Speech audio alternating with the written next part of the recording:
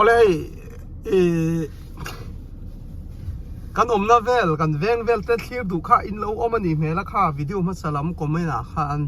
ron tilang zel ron ti sia ka kalna pe hi ron tilang mai la thang mo ti ngai dan kan ya tun kha bank of america ka kal zo chia lak na chang ka lo hrelowa hei tun hi chess bank a kal le ka tuma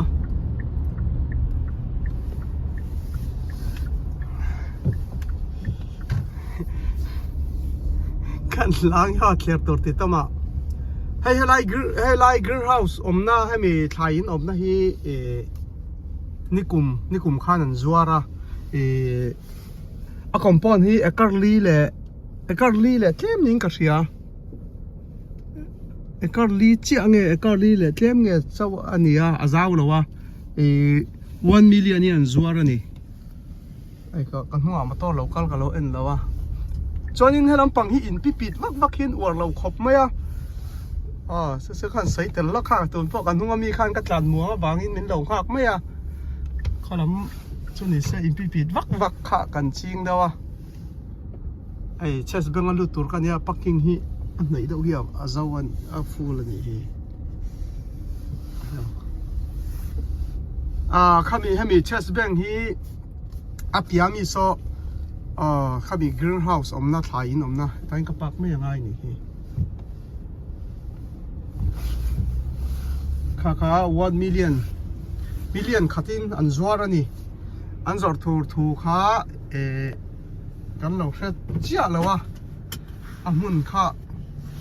a tha khop maya chonin alei tu te pon an leiman khop mai million kha chon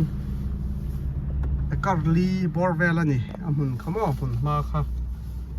chon ya million khatin an zuar rei lo ani an zuar ti kan hriat vela kan tlana kan kala kan tilang chiang ni an loin lei fel dai tho ni chu tiang chu nia an in lei rang khop mai so salai thlai in om na so alei tu te hi thlai lam pang siam turan ni lawan soidanin motor parking vela ta na siam an tum ni ang khanin chanchin ka ria ka hre ti kem chu ka hre chia lo ka thu hriat na so an zuar ti kan hriat vela kan tlana kan va ka valut kuala ma se ai lei fel ton lo tia chu ni